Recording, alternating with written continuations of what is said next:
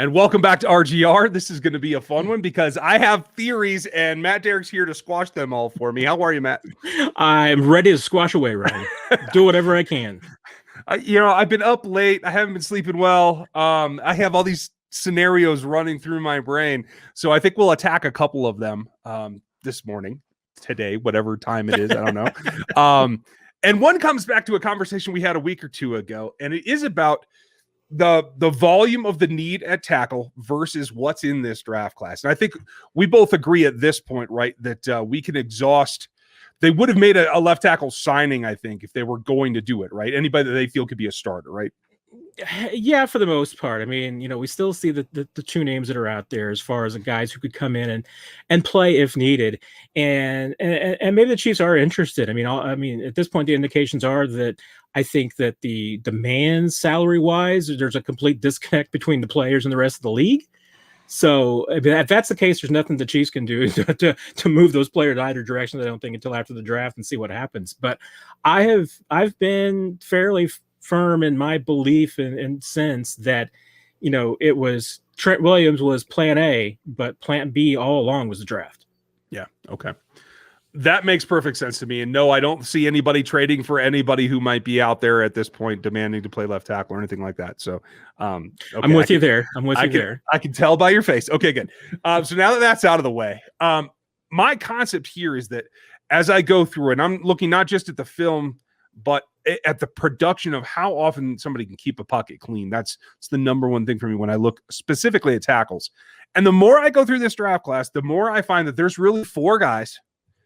And then the gap is widening for me to the second tier. And that's where my concern is. If some of these prognosticators are correct and that all four of those go in the top 20, that the Chiefs would have to go up to, say, 22 or plus in order to get one of them. The question becomes for me, A, do you think that is a viable option for them to spend the draft capital to go up into the 20s or even the mid-teens in order to get a tackle? Yeah, I mean, I think it absolutely is. I don't think that Brett Veach would blink at the idea of moving up 8 or 10 spots if he needs to get the tackle that he wants. I mean, the Chiefs. I mean, Andy. I'm just lost there, Ryan. Sorry. All of them.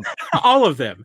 But, Brett Veach has really talked about, their board and the value of draft and about moving around and what you do.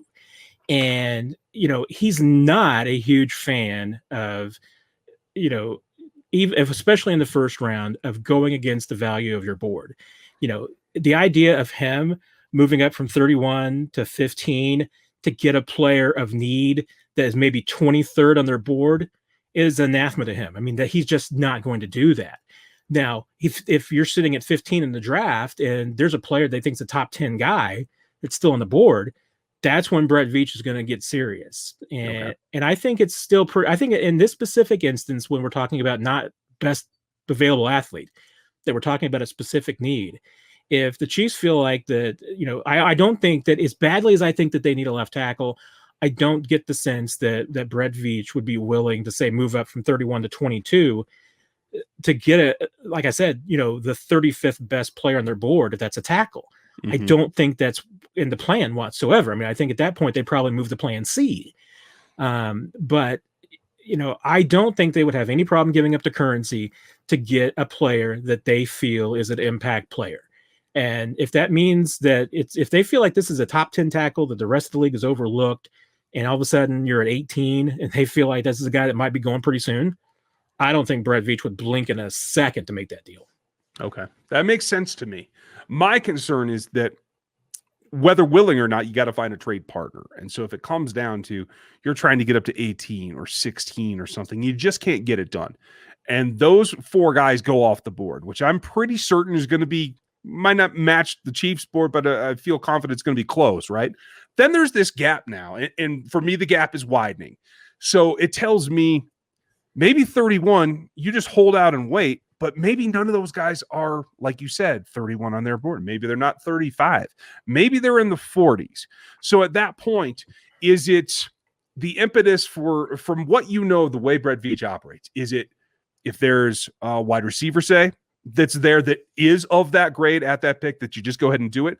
Or do you try to trade back? Do you try to find a partner to move back to still get one of those top positional needs, but at the value that it actually represents? This is where I think the hyperactivity of Brett Veach is a huge benefit to himself and the Chiefs, because I tell you what, this time of year, Brett Veach, if he's not talking to someone, he's texting somebody, and I imagine there's probably a pretty good chance that he's got two phones in his hand and doing the same thing at the same time. I mean, that's just how the dude's wired.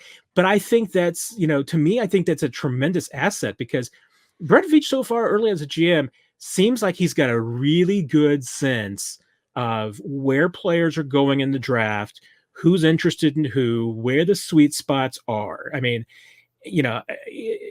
John Dorsey deserves a lot of credit for the Chiefs figuring out where they needed to go to get Patrick Mahomes. Mm-hmm. But you know what? Brett Veach was a part of that too. I mean, figuring out exactly that 10 was the sweet spot. Yeah. 11, was too late. 9 was too early. 10 was the place to be. And I think he does a really good job of showing that. I mean, even with some other players that they've taken. I mean, I know that the Chiefs, as much as we talk about the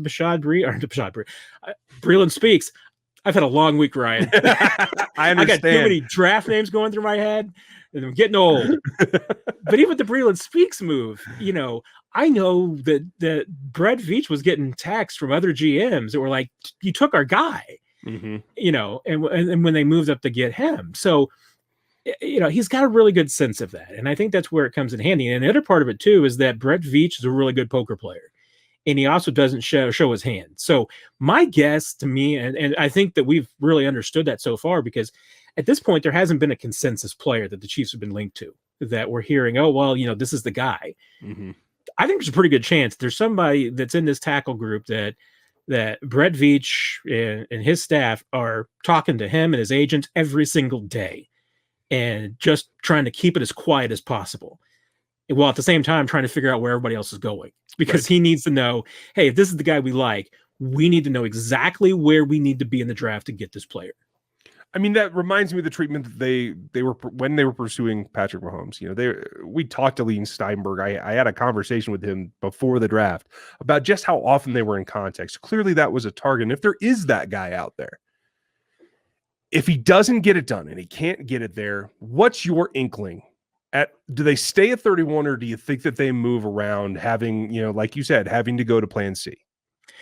I think it might depend a little bit about what happens around them. And, once you get that late in the draft, let's face it.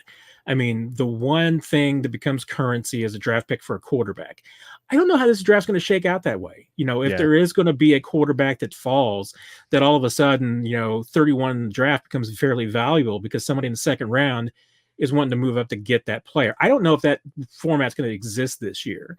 And I also don't know if, for things that we've talked about in the past, that Brett Veach is really going to be interested in stockpiling picks for this year. Mm-hmm. I mean, I think that he values a 22 pick much more than a 21 pick. So if they're going to move out of the first round, I think that would be more likely they would do into trying to pick up future currency. Because this year's draft picks, because of the uncertainty around the scouting and the evaluation of all these players, it just makes them, more risky picks this year.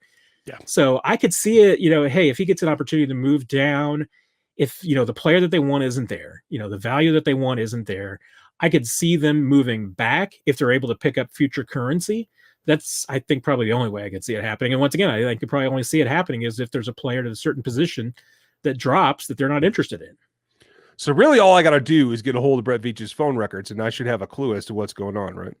If you see he's talking to somebody every single day, but you know what? Brett is such a, intelligent spy. I wouldn't be surprised if he's got a burner phone that he can reach. He's just reaching out to, his guy every day with a different burner phone. It's tradecraft. That's I'm what half it comes joking, down folks. Half. Half. The tradecraft is tough, but I think it's going to be interesting to see how it comes out. We will revisit this again, I'm sure, before we're done. Thanks for taking the time today, Matt. As always, Ryan. Thanks. ChiefsDigest.com. Go check all that out. Like, sub, the whole 9 yards here. Thanks for watching. We'll catch you next time.